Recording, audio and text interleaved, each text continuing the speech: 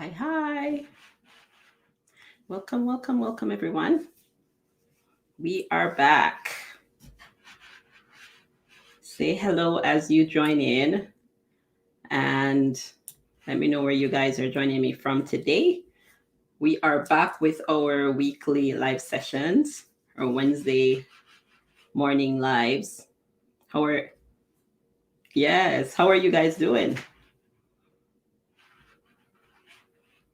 I have folks joining from Instagram, folks from Facebook, from YouTube. Welcome. Come on in. We have a quick session today. And I want to know, as you guys pop in, how many of you were on our webinars last week? Like, we had a blast last week, all of last week, for those who don't know. If you weren't there, then you missed something. How many of you were on our sessions last week when we had our webinars, a whole week of webinars?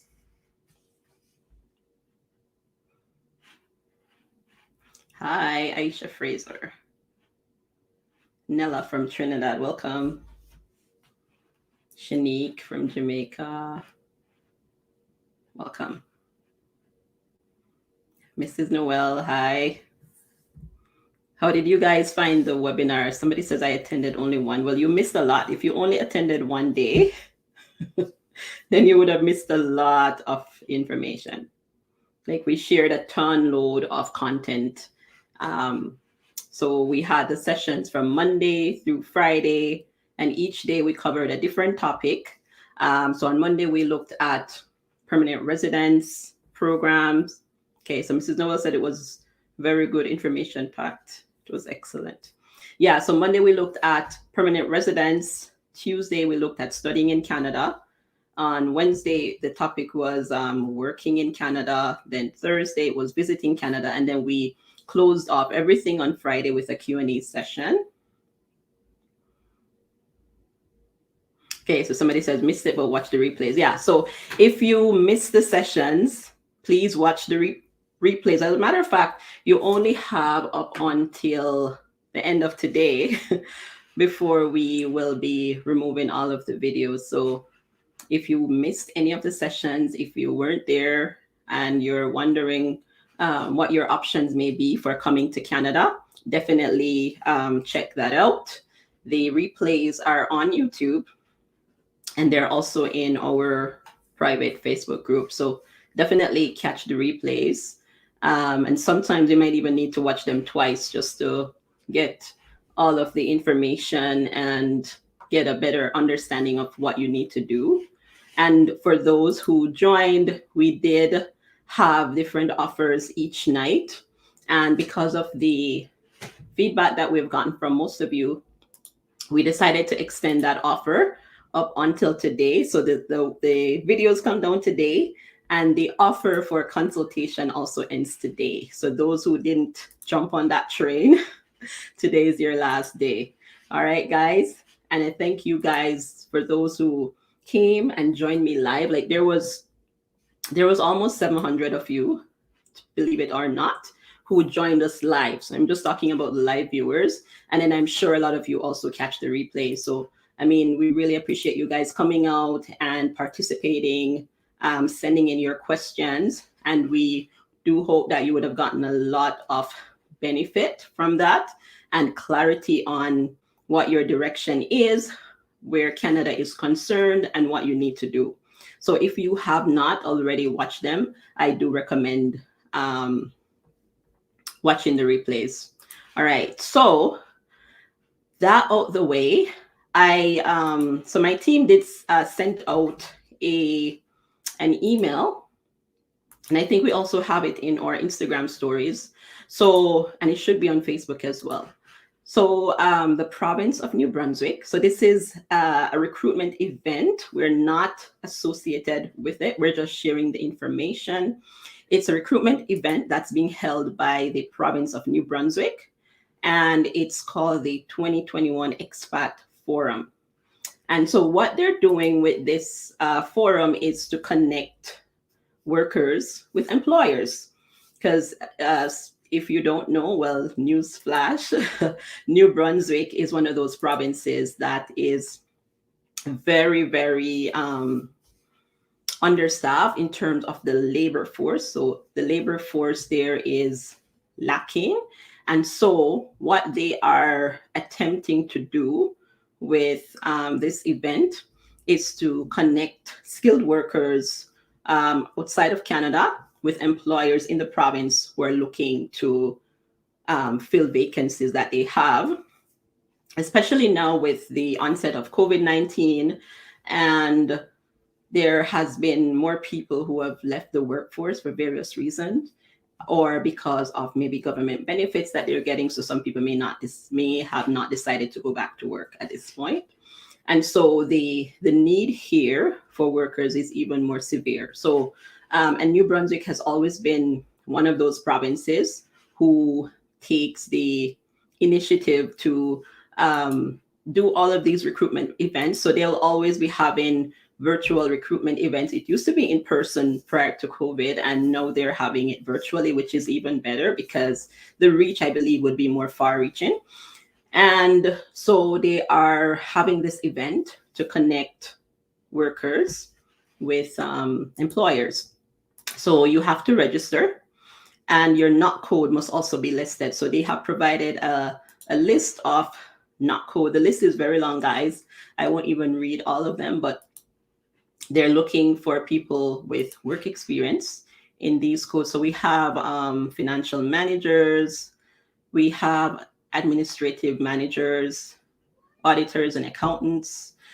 They need accounting technicians, bookkeepers, mechanical engineers, so different types of engineers, software engineers. They're looking for nurses, registered and psychiatric nurses, practical nurses, secondary school teachers, elementary school teachers, and kindergarten teachers, right? So early childhood educators, welders, plumbers, electricians. So the list is there. The link is in our stories. So access our stories to see the link and register. And then what this also means is it's telling you guys that you have to be prepared. These events will happen with very little warning. And so you have to look at what are the requirements. When you go to register, there are certain documents that you need to provide, right? So if you don't have all those documents, it just means that you may not be ready yet to take advantage of these opportunities. And so it reminds you of the very importance of being prepared, being ready, knowing what you need to gather in terms of documents. And that's why we do consultations, because we want to provide that personalized guidance. So you know what you need to gather, what you need to get ready, and what do you need to work on, what assessments and so on, depending on the program. And so once you have those, when these opportunities arise, you can make use of them, right? So that is definitely something to bear in mind. The link, I see somebody's asking for the link. It's in the stories. Let me see if I can copy it. I'll put it in the chat here. So it's in the chat. Yeah, okay. All right, guys. So that's one thing. And then I'm going to touch a little bit on the PNPs. So this past month, as per usual, has been very busy with draws, right? So of course, the regular express entry draws continue. They had 2 express entry draws this month. Well, October rather. So we're looking back at what happened in October 2021. So they had a draw, PNP draw. Both draws in October were PNP draws, meaning they're selecting candidates who have provincial nominations. So they had one on October 13th and one on the 27th, and the cutoff scores for these 2 draws was 681 and 888.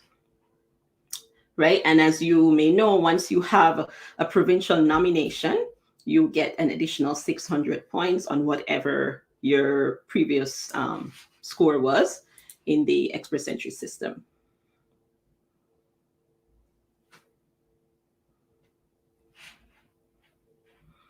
Aisha Fraser, yes, you can send us an email. All right, so that was the express entry draw that happened, the two draws that happened in October, and then we move on to the provinces. So I'm going to start off with British Columbia. So British Columbia had 6 draws in total, and they have a very active PNP system. So they're always having draws, and they invited candidates through their express entry program as well as their skilled immigration streams, right? And then so they invited a total of 960 candidates. All right.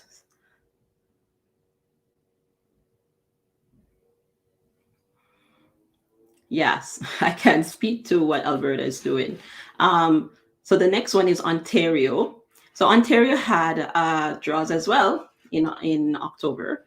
They had a draw from their human capital priorities stream on October 6th, where they invited 486 candidates to apply for provincial nomination. So remember, with these PNP draws, what you're doing is to apply for provincial nomination, right? So you would have somehow, if you are selected, received an invitation to apply. And then with that invitation, there would be a deadline by which you need to submit a complete application. And once you have submitted that application, then the goal is to apply for provincial nomination. So it's not permanent residence. It's just one step toward applying for permanent residence.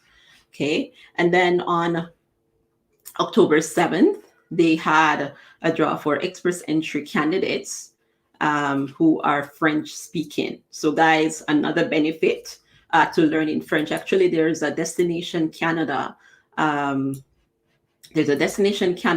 fair that's happening in this month, so later this month. And the goal is to recruit French speakers. So Canada is trying to diversify the candidates that they're speaking. They want people who are bilingual or who are able to speak both official languages. The aim is to get immigrants who can speak the language, who are not interested in just going to Quebec. Quebec is Canada's French province. However, they're trying to get people to come to Canada to populate the rest of Canada, right, with French speakers, and just to diversify the population in terms of their ability to speak the French language. All right, so Ontario selected French-speaking candidates that had a score of 461 to 467, so in that range. They also had draws on October 21st, where they looked at master's graduates, so people from the master's stream and the PhD streams, as well as the employer job offer streams. So these are various streams that the province has, and from these, they invited 546 candidates. They also have an entrepreneur stream, and they also had a draw from that stream on October 28th, where they issued 20 invitations to apply. All right, and then Manitoba. So as you may know, for Manitoba, you must have some connection to that particular province in order to apply to most of the programs there. And that connection can be a family member, so a relative, or having worked or studied there or something like that. A friend to a lesser extent, but having a friend there doesn't really give you that many points. But it does get you into the pool, but the points that you get won't be as high. So Manitoba issued letters of advice on October 7th and October 21st. A total of 885 candidates were invited under their skilled workers overseas stream. So that's for those who are outside of Canada. They also issued invitations to the international education stream and the skilled workers in Manitoba stream. And Manitoba is also one of those provinces who, similar to New Brunswick, they do recruitment events from time to time. So they have what they call strategic recruitment events, where they recruit specific candidates to fill vacancies or to move to more remote communities in the province, with the aim of course, increasing the population and the workforce participation in these smaller towns. And that is definitely a strategy to look at if you're exploring the option of a job offer, which is a very difficult route to take, right? And then, so the last one that we'll look at is Prince Edward Island. So PEI, the smallest province in Canada, they had a draw on the 21st of October, and they issued 204 invitations to apply. So the candidates were selected from their different streams. So they have labor impact streams, they have the express entry streams, and they also have a business impact stream. All right. So the PNP scene has been very active the past months, and we expect that will continue throughout the year. We have just one more month remaining, right? And I do recommend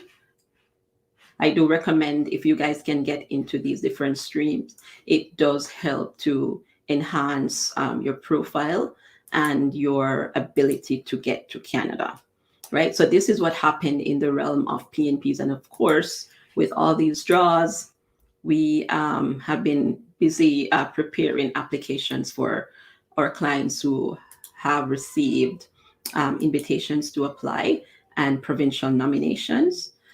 With these applications too, they are time sensitive. So once you have been selected, you need to be in a position to apply within very limited time frames, right? And it's usually at those times that you'll have to be working on like immigration medicals or police record checks and stuff like that, which sometimes, depending on where you are, can take time. All right. And so that's all I've got for you guys today. Let's look at the questions.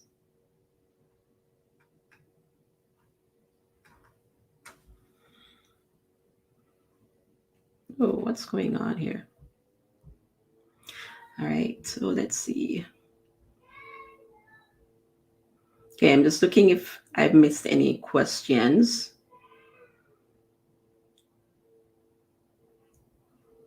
All right, so guys, those who are looking for the New Brunswick stuff, definitely check the stories, and I also dropped it in the link in the comments. So check that out. If you have questions about that, go to the page and just read the instructions there. Like I said, it's independent of us. We're just sharing the information with you because we know you can benefit greatly from it. All right, so it can help to enhance your immigration to Canada and provide you with a job offer, right? Which, even if you get permanent residence, that's the goal. You want to come to Canada and be able to start working and stuff.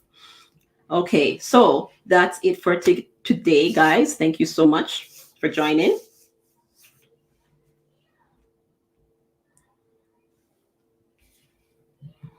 Oh, thank you. I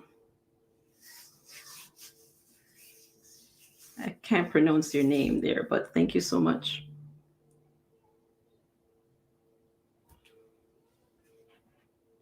Absolutely. New Brunswick is a great place, and just be adventurous. Even if it's not your final or your ultimate destination, visit there. If you get, I like I said, if you guys were in the webinars, you want to go wherever your skills are needed. So whichever province will nominate you or select you, just go there. I mean, the whole idea is to get to Canada, and then when you get here, you'll see if you like the place by living there, and you can make your decisions from there. But definitely be open, have an open mind. Don't just be closed off to one specific province. And I know a lot of people might have a province in mind because maybe you have a family member there or something, but just be open. That would be my advice. All right. Okay, guys, have a great rest of your week. And I will catch up with you guys next week, same time. All right. Take care.